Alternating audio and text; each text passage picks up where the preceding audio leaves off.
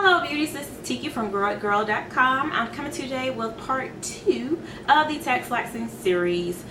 Today we're going to talk about the protein treatment and why it is an important step, and I'll give you a few more details too. So if you want to learn more about this step of the texlaxing process series, go ahead and stay tuned.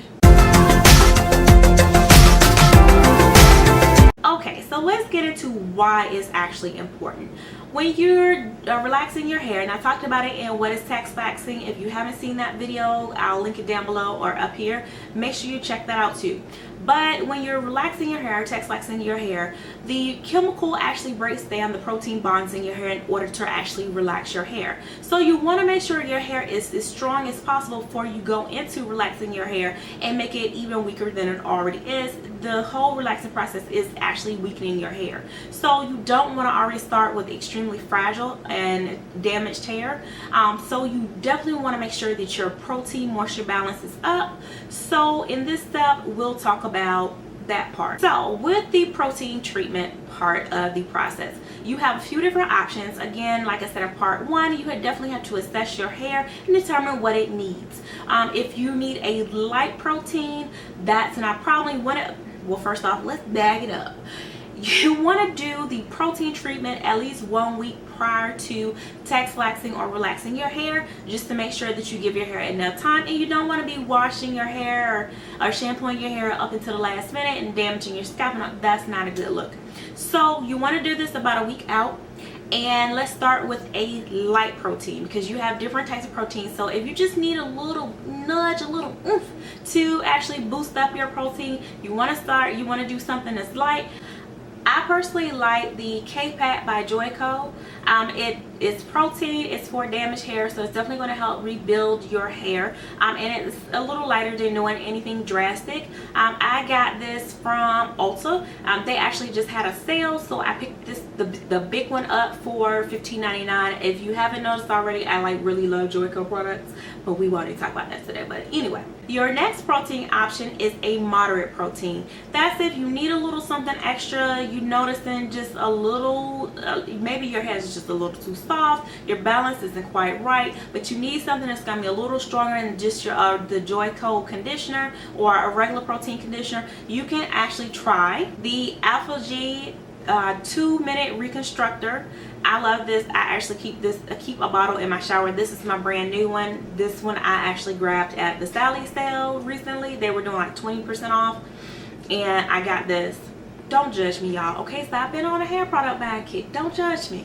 But this is actually great. I actually use this even when I'm not texlaxing. Just anytime my hair needs a little extra something beyond just a light protein treatment. Now, if your hair is seriously in need of protein, I suggest don't texlax. Wait until your hair is in tip-top condition, because you don't want to do any unnecessary or overdo any damage that you already have to your hair. So if you notice your hair is breaking, or you notice that it's just really not as healthy as it should be, I would say go ahead and treat your hair, get it up to par, and then try to relax your hair or texlax your hair.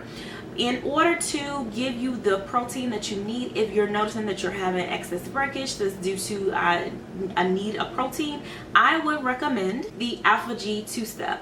I typically don't use the 2-step until after I texlax, because like I said, I always make sure my hair is in good shape before I actually texlax. So I never have to do this before. But if you do need some extra protein, even if you're not about to texlax, just anytime when your hair is just not quite right and you think you need a little more protein, this is the 2-step. This is the one that you sit under the dryer with. So this is the big dog. These are the heavy guns. So be careful with this. Don't overdo this one. I think you can only do it like once every 4 weeks or something like that.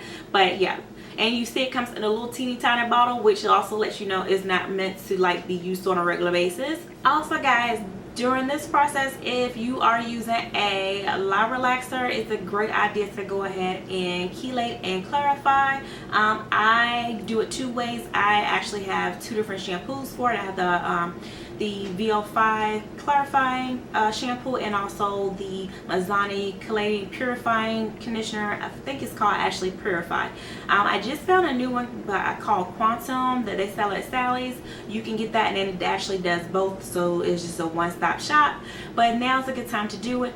If you're using a no-lie relaxer, you want to actually go ahead and chelate after you texlax your hair, and I get into that in part 4 for aftercare. So the short version is, when you're trying to do your protein step before your texlaxing, you want to do a week out, and you want to assess your hair to determine what strength of protein you need. Do you need light, medium, or do you need something a little stronger and heavy duty? Again, if you need to do an alpha G2 step, you definitely should postpone relaxing or texlaxing your hair, just to make sure that you get it back up and you get it healthy, because like I said, relaxing your hair is already breaking down those protein bonds in your hair. It's going to make it even more fragile than it already is, so you definitely don't want to do that. Yeah, that's not a good idea. Y'all don't do it.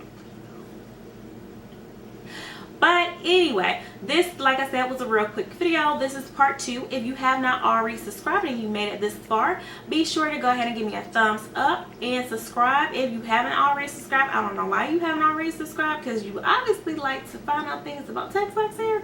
So go ahead and join the little family, and that'll bring you part 3. Part 3 is a little more detailed, because I actually get into how I texlax, and it has a demo and everything in it. Y'all pray for me. This is gonna be long. If you have any questions, please feel free to leave them in the comment section down below. I'll be sure to answer.